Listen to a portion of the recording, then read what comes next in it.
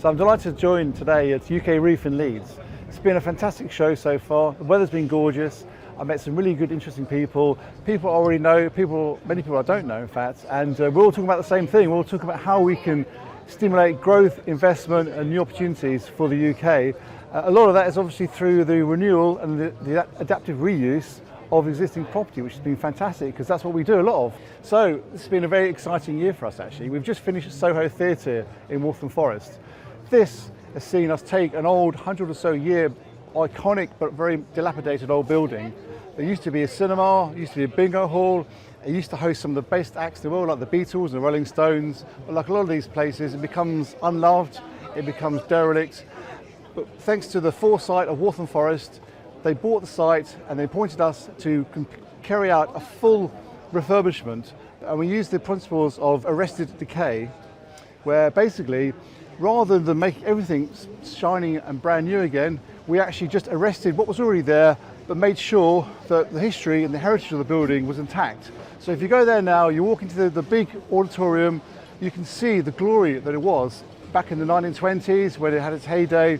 And it very much followed something that we did with Ali Pali and the East Wing. Arrested decay is a very interesting concept and something which we're seeing more and more now do.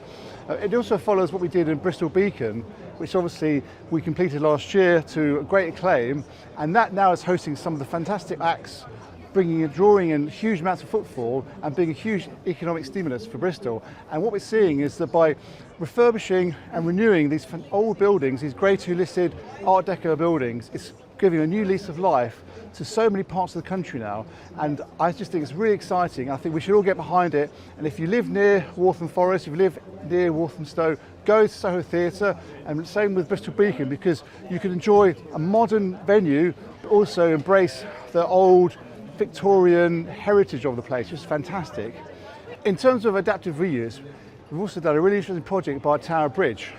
We took back an old 1980s built structure back to its core, but we retained the structure because we wanted to make sure that we retain the embodied carbon. So we took it back, but then we built it back out again. It's giving that part of London a fantastic new office environment, but also we were able to trial a lot of very interesting new sustainable development techniques, particularly around embodied carbon, but also around recycling. We're able to recycle a lot of the content within that building by, for example, we used the old steel beams from the House of Fraser, which was being redeveloped at the same time. We took the old steel beams from the House of Fraser, put it into the new TBC London, is what it's called, by Tower Bridge.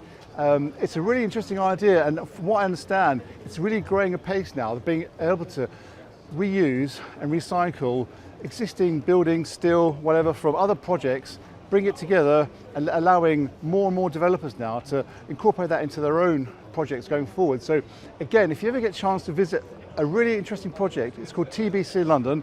It's seen as one of the most sustainable new office developments in London. It's right by the Tower Bridge, it's got a fantastic view, but behind the facade, there's a really interesting story around how you do create, by using adaptive reuse, how you create something that's great without having to demolish and rebuild again. It's the way forward, particularly in towns and cities. It's something which I'm glad to see more and more developers now are embracing. The future, well, the future is very digital, okay? We've got to think about how we automate things. So for example, on the TBC London job we did with 4 partnerships, we had a really good system where all the materials coming in, we scan all the materials and we could use that process to chart where they came from. We could chart the carbon footprint that came from it, and through that, we're able to know exactly what was the embodied carbon behind the project. So there's lots of really, really good digital AI embodied technologies coming through into the market now. The one we used was called QFlow, but there's a lot of others out there. And it really is opening our eyes because it gives us real-time data, enables us to use data in a way that we've never been able to do before. Because using AI, it means stuff that in the past that may have been quite time-consuming to produce now becomes very quick and very accurate. So going forward, one of the big things about Retrofit is about how you manage the data, how you manage all the stats around performance of the building, around materials. That is changing almost overnight. It's clear 80% of what we have, we always have. We cannot build new. We have to retrofit and rebuild and renew. We've got to do it quickly, we've got to do it efficiently, we've got to do it taking into account embodied carbon, and also we've got to do it to help stimulate new investment, a new high street footfall. That is the challenge that we all face, right? I think more and more now, when councils, they look at the high street, they realise that they have to provide a cultural proposition, they have to provide more economic investment.